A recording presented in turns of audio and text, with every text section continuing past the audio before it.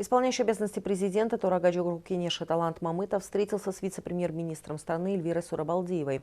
Во встрече также приняли участие министр здравоохранения Алым Кадыр Бишиналиев, руководители Министерства труда и социального развития, Социального фонда и Фонда обязательного медицинского страхования. Обсуждены меры, принимаемые правительством по обеспечению социальной стабильности в стране. В частности, затронуты вопросы стабилизации эпидемиологической ситуации, обеспечения своевременных выплат медицинским работникам, обеспечения достаточного количества лекарственных препаратов и тест-систем, готовности больниц, выплат социальных пособий и пенсий, прозрачности распределения поступающей гуманитарной помощи и не только. Эльвира Сурабалдиева проинформировала о текущей эпидемиологической ситуации в стране, мерах по борьбе с пандемией коронавирусной инфекции. Она отметила, что правительством принимаются исчерпывающие меры по снижению негативного влияния на распространение заболевания. Сообщила о наличии достаточного количества тест-систем, оснащенности медицинских учреждений.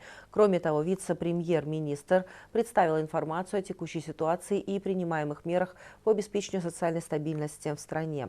Исполняющий обязанности главы государства отметил важность создания резерва медицинских кадров для их оперативного привлечения к мерам по стабилизации эпидемиологической ситуации. Он также подчеркнул, что правительству необходимо своевременно производить все социальные выплаты, пенсии, пособия, компенсации. Уделить особое внимание семьям, находящимся в трудной жизненной ситуации. Талант Мамытов призвал продолжить работу по цифровизации государственных услуг для того, чтобы граждане в условиях пандемии могли получать государственные гарантии и услуги в онлайн-режиме. В